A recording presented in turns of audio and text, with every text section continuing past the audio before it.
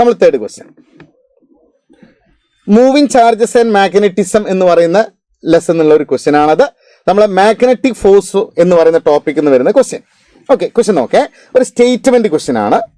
Given below are two statements, one is labelled as assertion and the other is labelled as reason.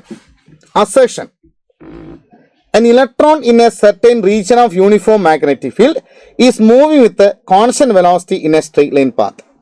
ഒരു electron ഒരു uniform magnetic ഫീൽഡിലൂടെ constant വെലോസിറ്റിയിൽ straight line പാത്തിൽ move ചെയ്യാണ്.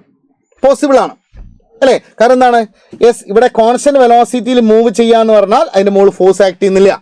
അപ്പൊ electron ഈ magnetic ഫീൽഡിന് പാരലൽ ആയിട്ടാണ് മൂവ് ചെയ്യുന്നതെങ്കിൽ അല്ലേ, അതിന് മുകളിൽ ഫോഴ്സ് ഒന്നും ആക്ട് ചെയ്യൂല, വെലോസിറ്റി കോൺസ്റ്റന്റ് ആയിരിക്കും, സ്ട്രെയിറ്റ് ലൈനിൽ മൂവ് ചെയ്യും. അപ്പൊ അസേർഷൻ എന്ന് പറയുന്ന സ്റ്റേറ്റ്മെന്റ് കറക്റ്റ് ആണ്, ശരിയല്ലേ?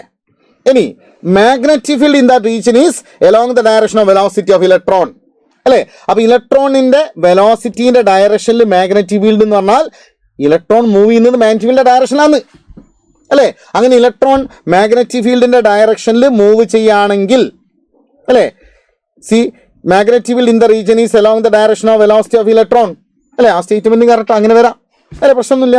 ഇനി നിങ്ങൾ നോക്ക്, ആ റീസൺ എന്ന് പറയുന്ന സ്റ്റേറ്റ്മെന്റ്, ആ ഇലക്ട്രോൺ മാഗ്നറ്റിക് ഫീൽഡിന്റെ ഡയറക്ഷനിൽ മൂവ് ചെയ്യുന്നത് കൊണ്ടല്ലേ ഫോഴ്സ് സീറോ ആയത്, അതുകൊണ്ടല്ലേ വെലോസിറ്റി സീറോ ആയത്, വെലോസിറ്റി സീറോ അല്ലെ വെലോസിറ്റി കോൺസ്റ്റന്റ് ആയത് അല്ലേ?